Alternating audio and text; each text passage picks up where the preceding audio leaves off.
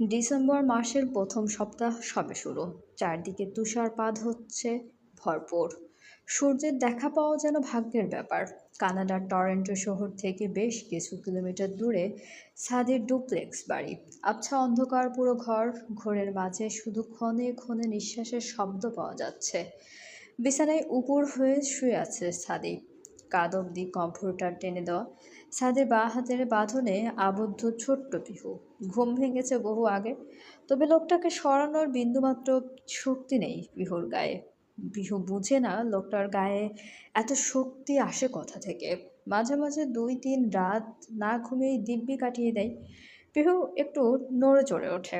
ছাদের শক্ত জিম করা হাতের পেশিতে ধাক্কা দেয়, তবে সরাতে পারে না। পিহু অতিষ্ঠ হয়ে জোরে নড়ে ওঠে। এর ফলে সাদির ঘুমে কিছুটা ব্যাঘাত ঘটে। সাদিক মুখ উঁচু করে ঘুমো ঘুমো চোখে বিরক্তভাবে তাকায় পিহুর দিকে। তারপর বিরক্ত ভরা গম্ভীর কণ্ঠে বলে, হোয়াট? নড়ছিস কেন? ঘুমাতে দে। কথাটা বলে সাদি আবারও বালিশে মুখ গুজে দেয়। এদিকে পিহুর খিদের তাড়নায় পেটে ইঁদুর দৌড়াচ্ছে। এই লোকের উপর রাগ করে কাল রাতে পিহু খায়নি। কথাটা ভাবতেই পিহুর রাগ উঠে। শালা রোবটের মতো, শুধু তোকে পেলেই হয়, আর কি লাগে। পিহু আবারও নড়ে ওঠে। ছাদের গায়ে ধাক্কা দিয়ে ছাড়া পাওয়ার জন্য আকুতি করে বলে, ছাড়ুন আমাকে, আমি উঠবো। এই ছাড়ুন। ছাদের থেকে কোনো উত্তর না পেয়ে পিহু এবার জোরে ধাক্কা মেরেই বলে, ছাড়ুন। পিহু উপর একটা ভীষণ বিরক্ত হয় ছাদে, তবুও নিজের বিরক্তির সীমাকে কন্ট্রোল করে গভীর কণ্ঠে বলে, স্টুপিড, ঘুমাতে বলেছি কিন্তু। আমি ঘুমাবো না, আপনি ঘুমান। তোকে নিয়ে ঘুমাবো কাল সারা রাত, তোর কারণে ঘুম হয়নি আমার। সাদের কথায় পিহুর ভুরু জোড়া কুঁচকে যায়। জিজ্ঞাসু কণ্ঠে বলে, আমি আবার কি করলাম যে ঘুমাননি? সেন্স হারিয়ে ফেলেছিলে। সাদের কথায় শুকনো ঢোক গেলে পিহু। পিহু কিছু বলার আগে সাদিক নেশালো কণ্ঠে ফিসফিস করে বলে, ফুল এনার্জি শরীরে। ঘুমাতে না চাইলে কালকের মতো সেন্সলেস করেতেই যান। ছাদের নেশালো কণ্ঠে পিহু এবার ছাড়া পাওয়ার জন্য ছটফট শুরু করে। ছাদি বেশ বিরক্ত হয়। কমফোর্টার গলা পর্যন্ত টেনে নিয়ে দুই হাত দিয়ে পিহুকে জড়িয়ে ধরে। তারপর বলে, রেডি যান, আমার খিদে লেগেছে, ছাড়ুন আমাকে। কেন? রাতে খাসনি? হুম। কেন? আমি তো দিলাম। বলা কথাটা বলেই ঠোঁট কামড় দিল ছাদে। পিহু সেটা লক্ষ্য করে ছাদের কথার মানে বুঝতে পেরে ছাদের বুকে কামড় বসিয়ে দেয়। সাথে সাথে ফর্সা লোমহীন বুকে পিহুর দাঁতের দাগ বসে যায়। ছাদে একটু নড়ে না, এমনকি শব্দও করে না। দাঁতে দাঁত চেপে সহ্য করে নেয়।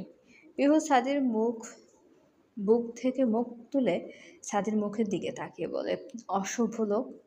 পিহুর কথায় গোফের নিচে ছাদি হাসে। ঘুম ঘুম নেশালো কণ্ঠে পিহুর কানের কাছে ফিস ফিস করে বলে, তুই একটা দিলি আর আমি 100টা দিব, কারণ তোর থেকে আমি তোকে বেশি ভালোবাসি স্টুপিড। পিহু আর কিছু বুঝে ওঠার আগেই ছাদে পিহুর ঠোঁটের আক্রমণ করে।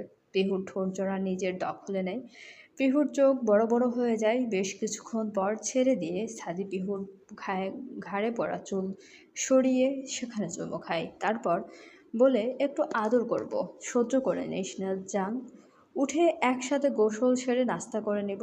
পিহু ভয় পেয়ে যায় সাদির কথাই, তবে পিহু আর সুযোগ পায় না। আবছা অন্ধকার ঘরে এক তুষারপাতের রাজ্যে এক যুবক তার প্রাণ প্রেয়সীর মাঝে উত্তাল হয়ে ডুব দিয়েছে। গল্পটির নিষিদ্ধ জাহানারা সিজন 2 এর একটা রোমান্টিক বোনাস পর্ব। অনেক দিন আপনারা তো নিরামিষ হয়েছিলেন এই গল্পের সাথে, তো একটু আমিষ দেওয়ার চেষ্টা করলাম। গল্পের সময় চলমান বিজ্ঞাপনগুলো অবশ্যই সবাই দেখবেন, এবং গল্পের পর্বটি ভালো লাগলে অবশ্যই সবাই লাইক, কমেন্ট এবং শেয়ার করবেন আপনাদের প্রিয় মানুষগুলোর সাথে, এবং আমাদের চ্যানেলটি প্লিজ সবাই সাবস্ক্রাইব করুন। অনেক ধন্যবাদ। আসসালামু আলাইকুম।